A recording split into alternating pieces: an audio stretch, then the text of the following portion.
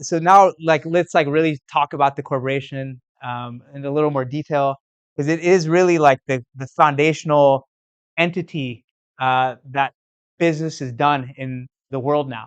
Okay, so I think it's good to you probably know some of this, but let's like put it into a framework so that it's like very clear.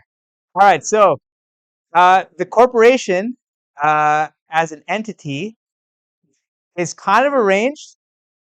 Well, let me describe it, okay? And then you can tell me what it sounds like. So ultimately, a corporation is owned by the shareholders, okay? The people that own the shares, they are they are the last line, okay? They're the ones that ultimately uh, will kind of control where the ship goes, okay?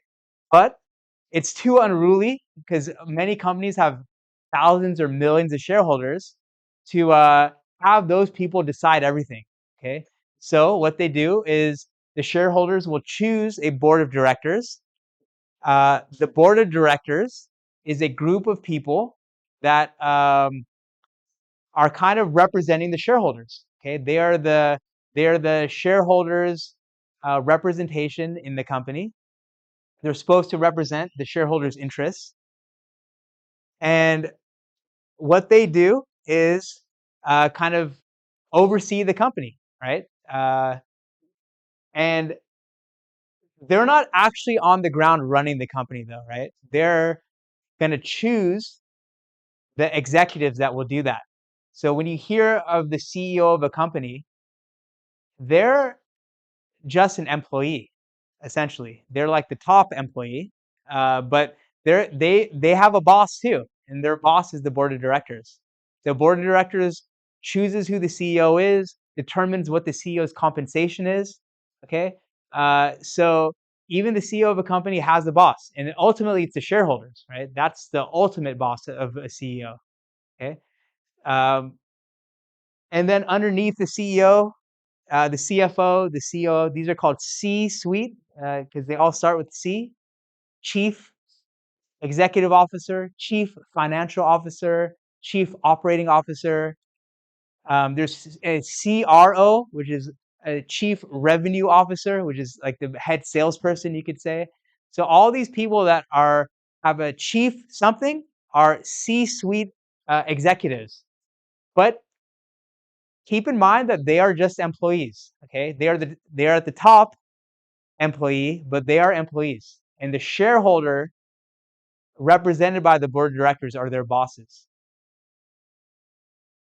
It's maybe the cushiest like corporate job you can get because they just meet like every now and then. But to be that, you have to have been probably some business leader. You like to become in that pool of people that are like kind of chosen to be on the board of directors.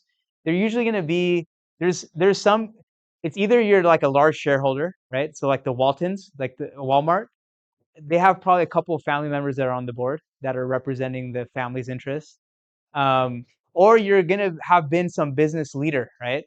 Uh, and so it is a cushy job if you can get it, but it's like you have to have risen up this like whatever in your career pretty high to even be considered.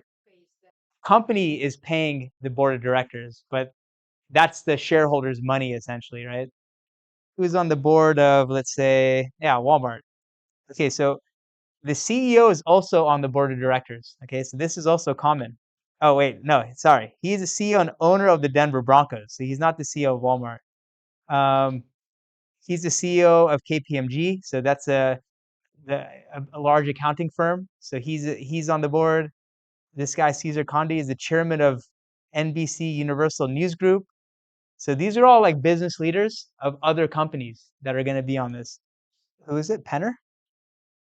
Oh, okay, yeah. So there you go. And that's why he's the chairman too. Yeah. Um, but yeah, I would have thought that maybe there would have been other family members, but maybe not. But yeah, you can see that these are all like, the CEO of Starbucks. So you have to be a business leader to be on the board of another company. That's kind of the pool of people that they're choosing from. Yeah, it's easy. They're probably paid $500,000 each just to show up to a meeting every quarter. So it's a pretty good gig if you can get it. Okay. Um, And then, of course, underneath the C-level, you have all the middle managers and all the employees. Okay. So what does this remind you of? Does this remind you of something, some other institution that we have? The government, right? There's one huge difference. What is the huge difference between how our government operates and how this operates? How many votes does Warren Buffett get in his company? What is it in proportion to? How about that? Let's say a company has five different owners. One owner owns 80%, and then the other four own smaller percentages. Who gets the biggest say in the company? The 80% person, right? How does that work in our country in voting for government officials? How many votes does that 80% owner get? Just one, right? Everyone gets one vote. Doesn't matter if you're the CEO of Denver Broncos or any other citizen, right? Everyone gets one vote. So uh, a company is proportionate to your ownership. Okay, that's how much power you have in the company. You could argue, of course, that there's a certain class of people that have other ways of influencing our government outside of just voting. But just on the basic level, it's like one vote, one person. But in other senses, it's the same. It's a representative system.